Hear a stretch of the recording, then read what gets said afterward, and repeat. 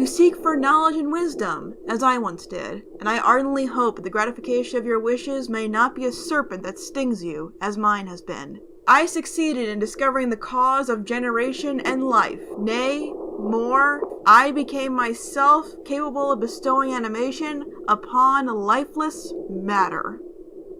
Hello everybody, I'm KC and welcome to an edition of Let's Talk About. And this year for Halloween, we're going to take a look at my favorite sort of horror story of all time, Frankenstein. The original novel of Frankenstein is one of my favorite books of all time, and one of my favorite things to find allusions to in pop culture, which there's more of than you might think. Victor Frankenstein and his creation would become staples of both the horror and science fiction genre in defining certain character types and themes, of the defy the gods scientist with an occasional Icarus-like downfall, and the man-made creation with incredible strength searching for purpose and or revenge, though I found the latter to be more common. I could gush about this book all day, but instead I want to take a look at how this story has evolved through adaptation. Because how others interpreted these themes, whether intentional or not, is one thing, but how has reimagining these characters gone over the last several decades? Well, it's certainly interesting. This video will be looking at various adaptations of both Victor Frankenstein and the creature, which is what I'll be calling him because that's what the book calls him. Thank you, monster nerd! And because we only have so much time, I will not be going over every single appearance these two have had because there's a lot of them, just some of the more noteworthy ones I found. But don't worry, there's quite a few of the weird ones in here. You want to point out any I missed? Be my guest in the comments, but for now, let's check out a whole lot of grave robbing in this look at Frankenstein through adaptation. I am a Frankenstein!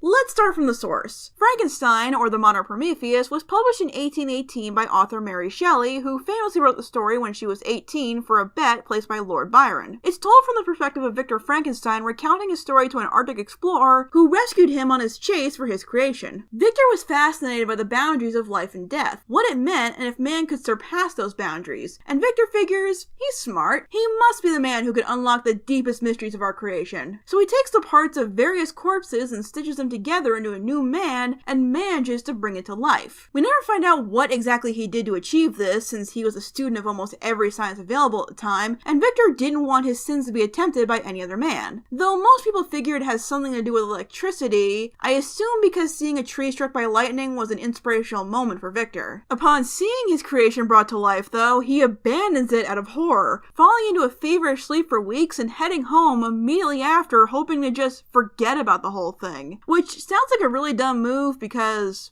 it is, but to be fair, Victor was in college when he created the creature, and who hasn't done stupid things in college, right? Of course, the creature manages to find him again, after trying to figure out who he is and learning how to live life, but several unpleasant incidents causes any compassion he could have had towards humanity to be poisoned, cast out simply because of how he looks, most of the time not even getting to say a word to them before he's shunned. As such, he seeks revenge and retribution against the person who gave him life and then didn't help him live it, confronting Victor face to face, asking for a mate in his image in exchange for him being out of his life. To which Victor replies, sure, why not? Maybe I'll get it right this time, and if not, at least he'll leave me alone. Until he decides not to go through with it. It's really a double-edged sword. On the one hand, Victor comes to his senses and doesn't commit the same heinous act again, but in the process, denies the creature that he brought into this world for his own purposes his only chance at happiness and companionship. And that's kind of the tragic thing about this story. The original novel doesn't paint the creature as this unstoppable force of destruction or Victor as a cackling madman. You sympathize with both of them, and yet they both lose. They both do horrible things and suffer for it. By the time the book is over, almost everyone Victor knew and loved is dead, including the love of his life. Most of them killed by the very thing he created. Except for his first brother, but no one remembers him. Despite his goal being to overcome death, he caused it among everyone around him. him, and it's only when he's all alone, with nothing driving him to live but to finish what he started, that he truly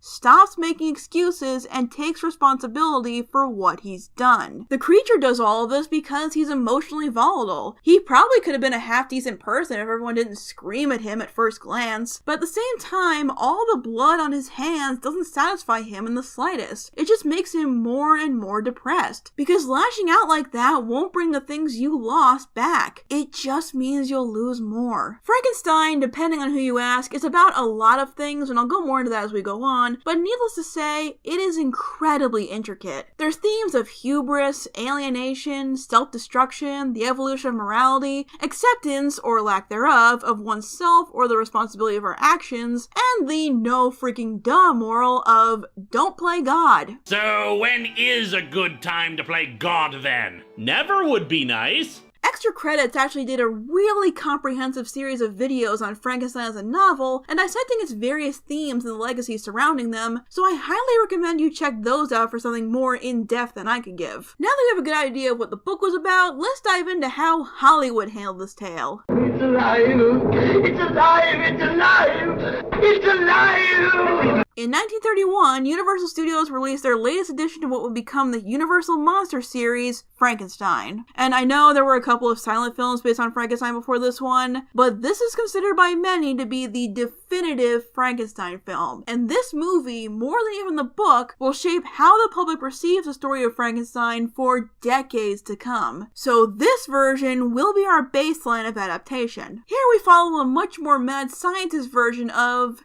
Henry Frankenstein. Yeah, in this version, they swap Victor's first name with that of his best friend, Henry. There are various rumors as to why this was done, but it's kind of like the change of Bruce Banner's name to David Banner in the whole TV show. No one really knows why they did it. Personally, I'm just grateful that despite how much this movie would influence what Frankenstein would become, that this is a change that I have never seen carried over into any other adaptation. Surprisingly, despite the iconic hysterical fit he has when the monster moves for the first time, Colin Clive portrays a much more mature version of Frankenstein. While he carries out most of his experiments in seclusion, he lets his friends and fiancé witness the birth of his creation and keeps it in solitude at first so he can train and develop it, and only gives up and considers his creation a monster after he kills his assistant, which, you know, is fair, even if there were extenuating circumstances. He does have the nature and ideas of grandeur of a mad scientist, but he walks the fine line of someone crazy enough to do something like this with such pride and egotism, and in the case of Bride of Frankenstein, an obsessive curiosity that gets him pulled right back into experimenting, and someone with enough maturity to not only try to make this work, but see the error of his ways and attempt to fix them, rather than running away when things don't go exactly as he expects. His methods in doing so would go on to become the standard for how Frankenstein's work should be conducted. As mentioned before, the book doesn't give us a detailed description of how the creature was reanimated, so when the first major portrayal on film was this grandiose and cinematic for the time, this lab and revival would leave its imprint on every adaptation to follow. And the monster, what is there to say? It's an iconic performance. It may not be accurate at all, but it's still a marvelous portrayal, mostly because of how it's changed from the source material, but still captures what made this abomination so memorable. Throughout the movie, the monster's actions paint him as volatile and uncontrollable, but sympathetic at the same time. While the movie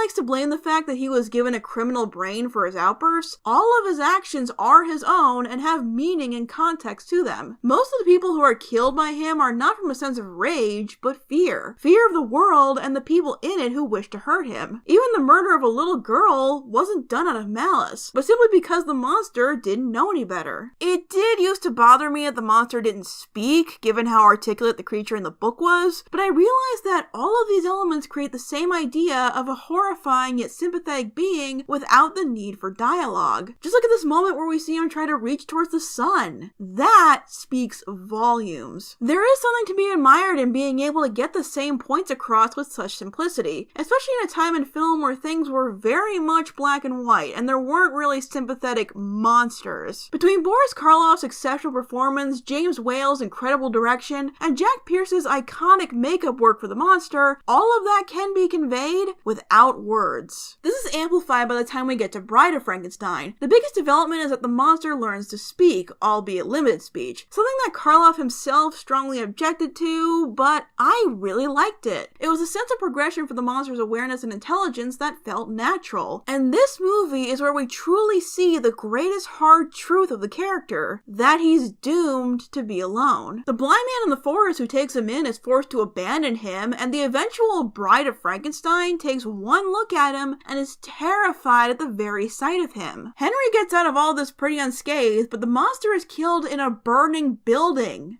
Twice. And both of the monster's demises in the first two movies are seen as tragedy rather than justice, like in most monster movies. The first two movies, and arguably the third, Son of Frankenstein, have way more depth to them than they had any right to for horror movies made in the 1930s. What does bother me about the Universal version of the monster is that as the movies go on, he gets less and less of an identity. In the first two films, he can be seen as a character in his own right, with his own wants and emotions. But as time went on, he became more of a prop or a MacGuffin. By the end of Ghost of Frankenstein, Igor transfers his brain into the monster's body, meaning everything that the audience identifies as sympathetic is scooped out to make him more monstrous. From then on, he is literally a tool. And that's such a shame for a character who was developing a great yet tragic arc. But it's not like we have a shortage of Frankenstein adaptations.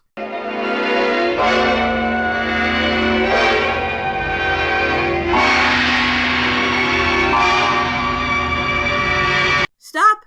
It's hammer time. Curse of Frankenstein was the first major attempt to tell the Frankenstein story again after the Universal movies, and it still wasn't anything like the book. Not even close, outside of getting more character names right. But if Universal didn't define Frankenstein as a horror story in the public eye forever, the Hammer films pretty much sealed the deal. Dr. Frankenstein, properly called Victor again, is played by Peter Cushing, and this version really seems to run with the popular idea that Frankenstein himself was the true monster, which, while that is an idea I take slight umbrage with, to all those people out there making movies starring famous villains, take notes, because this is how you do it. Victor is much more cold, calculating, detached than almost every other version I've seen. While most versions become partly obsessed with their experiments, but remember at points that there are people out there who care about them, this Victor thinks of his work and nothing more, believing what he's doing is perfectly rational and that he can control what comes of it, despite the constant objections by his partner and mentor, Paul Krimp. But what sets this Victor apart from the others are his actions towards his ambitions. By that I mean that to complete the body, he commits outright murder. Grave robbing is bad, sure, but there are very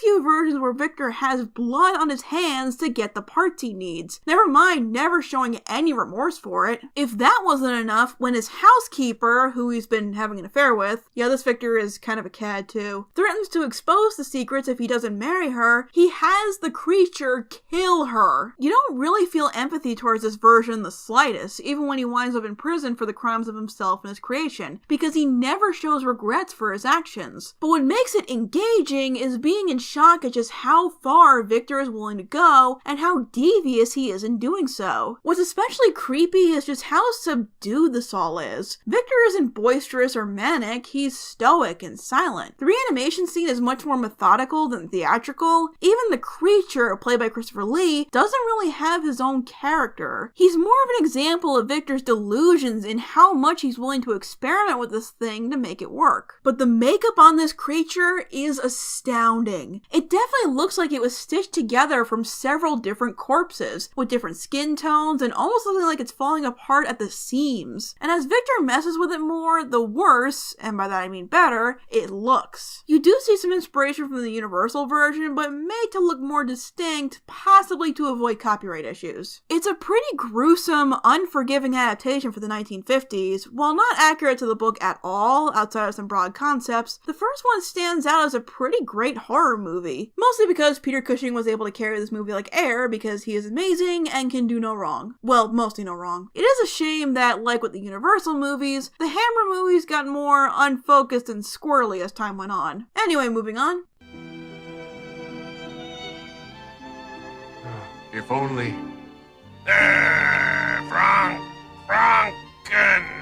Frank!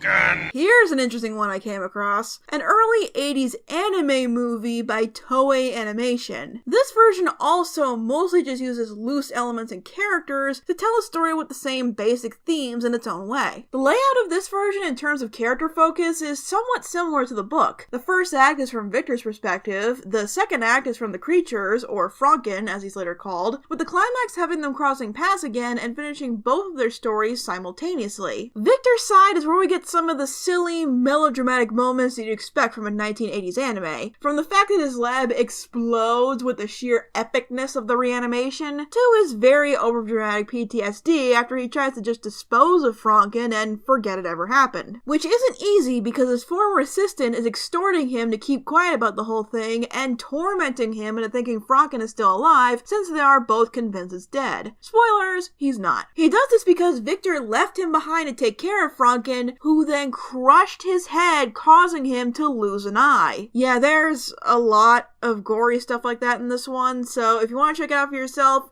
viewer discretion is advised. While it is over the top, in a way, it does capture Victor's obsession with the whole ordeal, over the sins he committed and his attempts to never have them see the light of day, but also the irresponsibility of his actions, with how much both his assistant and Franken are hurting people in the area, to the point that there's a police investigation going on and Victor doesn't come forward until he's backed into a corner. There's also one of the few versions where the idea of bringing the dead back to life was not originally Victor's. In fact, they imply that his father, who plays the part of the kind old blind man, came up with the theory and Victor wanted to see it through to a full experiment. We never find out how far his father got with the idea of bringing the dead back to life, and I don't think we spend nearly as much time on this plot point as we should, but whatever. Keeping up the family angle, Victor has a daughter now, Emily, who is significant because when Franken eventually shows up at Victor's father's cottage, he and Emily befriend him, Emily being the one who eventually gives him the name Franken. It may be a tired anime cliche, but here it kind of works. Once again, a lot of inspiration from the Universal movies here, with the look and the fact Franken doesn't speak much until the end, but also in getting across Franken's suffering and capacity for compassion more than most. He does kill out of vengeance with the assistant, but you can tell how sad and confused he is on his own. One of the most effective scenes is when he throws rocks at his own reflection in a river. It really gets across the sorrow he feels about his own existence. Once people show him compassion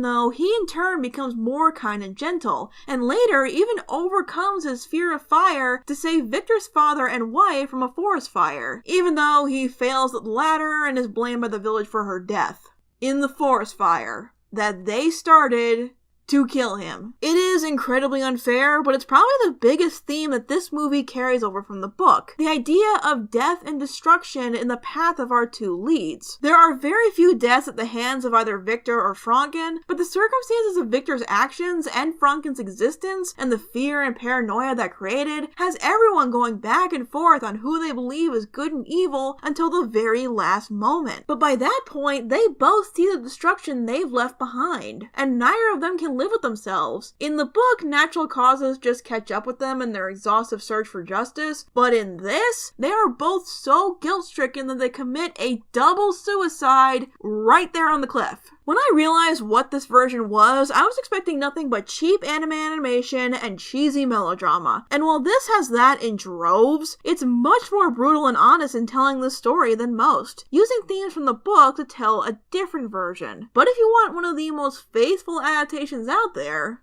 I curse the day you first saw light! I curse these hands that gave you life! You accuse me of murder, yet you would destroy your own creation?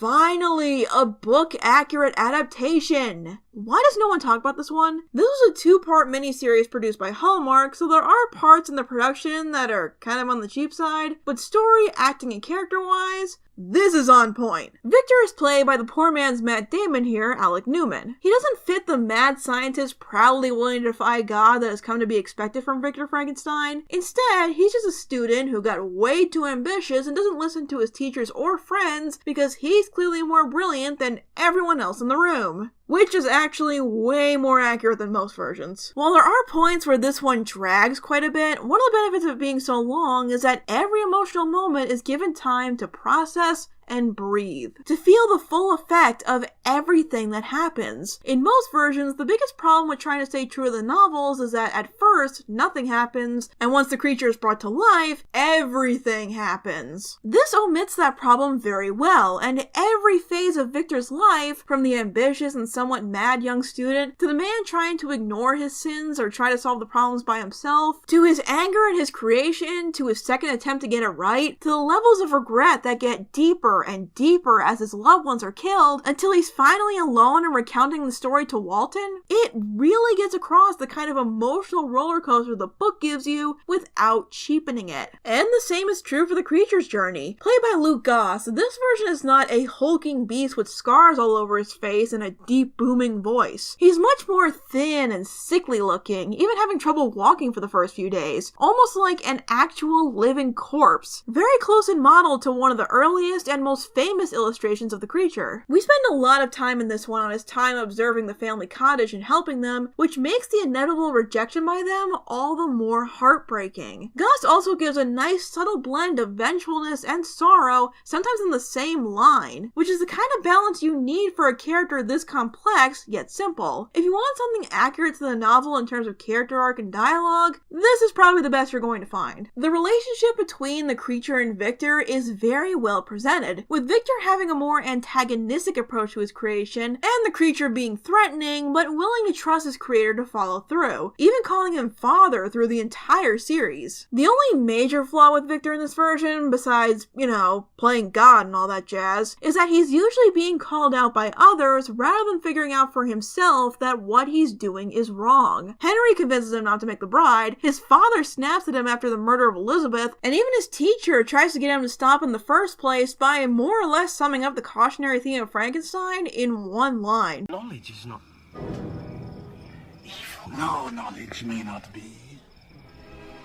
It's what one does with it. By the time we get to the end, with the creature mourning his creator on Walton's ship and his confrontation with Walton where he just lets it all out, it's just so freaking perfect. On a side note, Donald Sutherland is an amazing Walton. I know he's way too old for the part, but I don't care. He's perfect, and so is the scene, and I love everything about it, and I love this version. This miniseries is so great. Too bad it's not the version people think of first when they think of an adaptation that follows the source material. That honor goes to...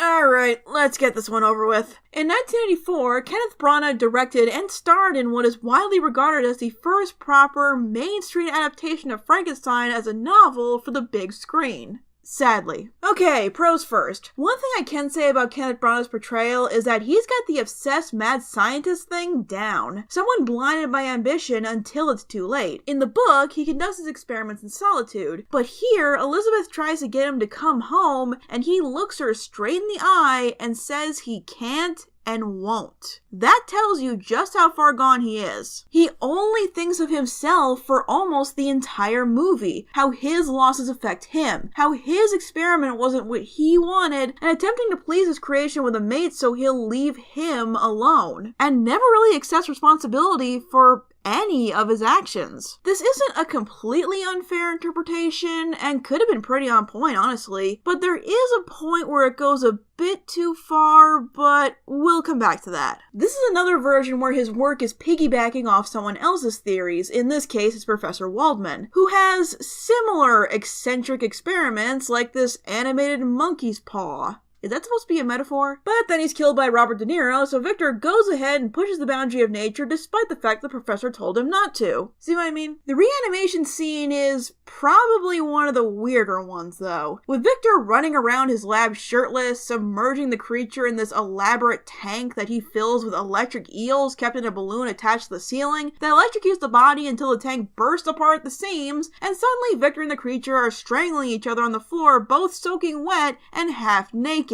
I have no words. This is also one of the few adaptations where we meet who would become the base for the creature in his past life, and frankly, I never really knew how to feel about this. As for Robert De Niro's creature, It's kind of a mixed bag. I mean, he's got the physique for it, the makeup is fine, and I really love giving him different colored eyes. He does a good job of getting across the creature's confusion at his existence and why he was abandoned once he can talk. There are some great moments of quiet, venomous spite, like when he throws Victor's words about using dead bodies as materials and nothing more back at him. But there are some problems. Look, De Niro was a phenomenal actor, one of my favorites, and I mean no disrespect. But as far as acting for this part, I don't really think it works. Despite loud growls becoming paired with the creature in pop culture, most of his dialogue is quiet anguish, bitterness, and reflection. And for the first few days of his life, that all has to be expressed in body language. And I don't know if he had trouble working under the makeup or if the writing just wasn't working, but these moments where he's supposed to be conveying the very pain of his own existence, he just looks so bored. There are good moments, but not nearly enough to make the performance work. There's a lot of layers to this character, and if you're going to bill yourself as a definitive adaptation, this isn't going to cut it. It really says something on what it takes to make one of fiction's greatest monsters threatening is to see him rip Elizabeth's heart out of her chest and clutch it beating in his hand. I think I speak for us all when I say, ah! Good God! Where's that guy at the beginning of the Universal movie telling me this may shock and horrify me? Because that doesn't shock and horrify me, but this sure as hell does. So, in his grief, Victor takes Elizabeth's body and using parts from Justine's body, brings her back to life. Wait, what?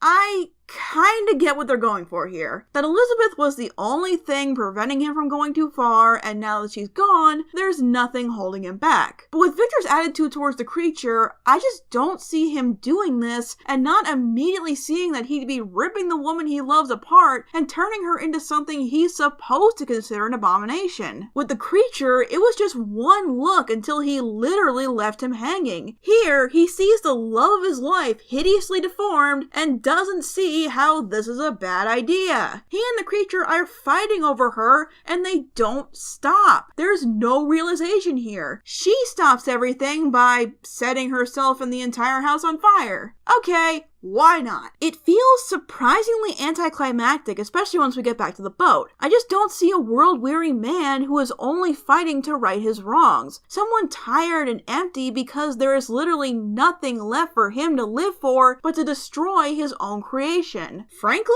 I don't know what I feel towards this Victor by the end. This would have just been slightly frustrating, but again, when you are billing yourself as Mary Shelley's Frankenstein, you have to be better. But you know, for all the crap I've given the creature in this version, the final scene of him witnessing Victor's funeral is pretty great. It's remarkable Walton showed such respect to the creature when he's been kind of a jackass with this whole excursion. I know this is irrelevant, but seriously, this Walton's a jerk and he sucks. This movie was frustrating to watch, but not in the way I thought it would be. There are points, especially with certain set pieces, that are exactly how I imagined them when I read the book. There are so many things that are pitch perfect. Problem is they come in flashes, almost photographs, and are followed up with things that are just weird and inconsistent. It's an adaptation so cognitively dissonant that it was felt even by the screenwriter. There is a good movie in here, but the elements that are present just didn't mix at all. A version that's supposed to be the top representation of what Frankenstein is, and while it gets there at points, it's not nearly enough to warrant a second viewing. Let's move on. I wanted to give man the power to create life,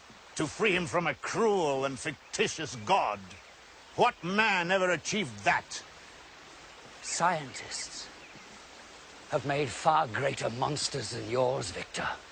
Now we're getting to the weirder ones. Based on the Brian Aldiss book of the same name, Frankenstein Unbound is about a scientist from New Los Angeles in the year 2031, played by John Hurt, who causes ripples in time that send him back to Victor Frankenstein's time, who, just to clarify, exists, just in time for Justine's trial. So while he's waiting to get back home, he tries to help Victor see the error of his ways with the help of Mary Shelley, who, just to clarify, also exists, right alongside the Frankensteins, and is played by Bridget Fonda. Yeah, it's that kind of movie. Victor is played by Raul Julia, but because this movie is mainly John Hurt's character Buchanan's story, Victor is more of a foreign man reveling in the futuristic advancements Buchanan shares with him, because he clearly doesn't care about the butterfly effect. He's more condescending though, and is much less worried about the actions of his creation. He's attempted to destroy it, but not at the cost of telling the truth and ruining his reputation, even if lives are on the line. While Buchanan is presented as someone who's close to becoming like Victor, he's still sympathetic and humble, even if he seems to share Victor's irresponsibility by driving Mary Shelley through a country town in 1817 in his futuristic kit car while telling her all about how his work is causing rips in time. How are you a scientist? And there are actually some interesting views on the burdens of scientific endeavors, about the madness of possibilities, how far is too far, stuff like that. It's nothing new, but in a crazy B-movie like this, it's a decent attempt at depth. As for the creature, gah! He looks like a Klingon with a bad facelift.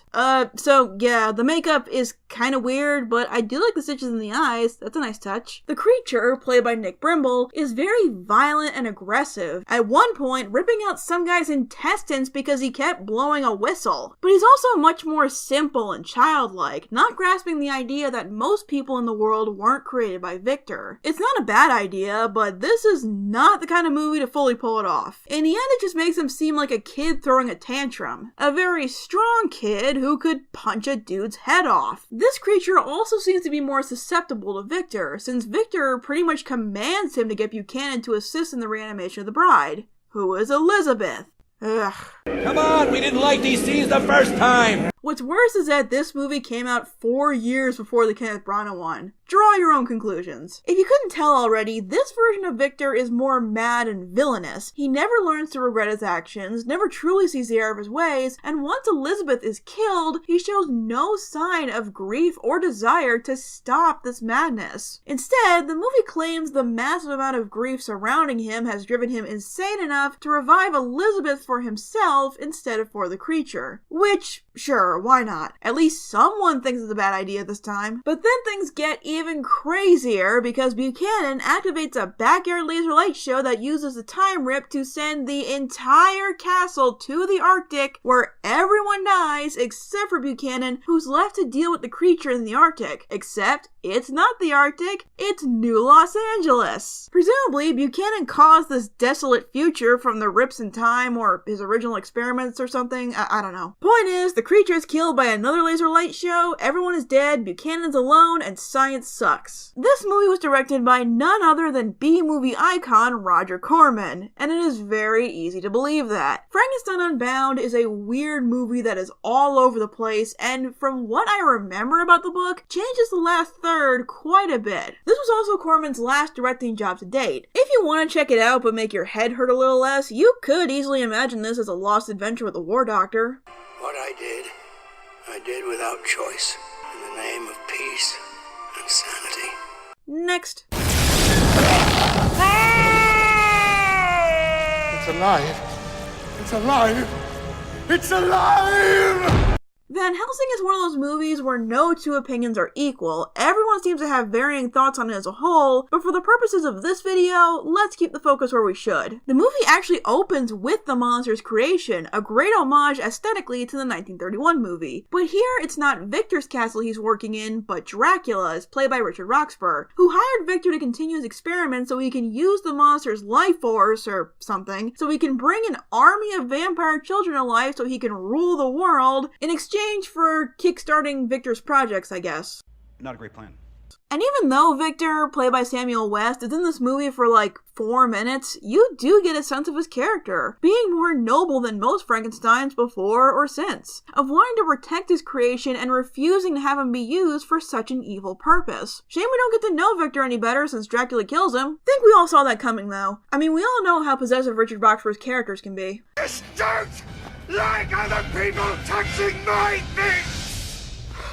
The monster himself is an interesting incarnation. The design is kind of ridiculous, but I kinda love it. He's more of a mix of man and machine, an amalgamation of bits of flesh and scraps of machinery, which causes his face to break apart at points like a 3D puzzle. It's certainly original. But because the movie focuses on Van Helsing, played by Hugh Jackman, trying to stop Dracula, we don't meet the monster again until about an hour in. And he is much more articulate than most versions in crossovers like this. The monster just wants to live his life in solitude while being tormented by the fact that he must be killed so Dracula's plans can't be carried out. But for that reason, the monster is, you guessed it, a living MacGuffin. Seriously? Seriously. Honestly, there was a lot of potential for this version, especially with Shuler Hensley, who is way too good in this role for this movie that hardly gives him anything to work with, because it hardly gives anyone anything to work with. And really, no depth to these characters who could be really interesting together. But in the end, it just has the monster floating off into the sunset without much fanfare. It's an awesome idea that sadly just feels hollow. But I think it's time we look at an intentionally silly version.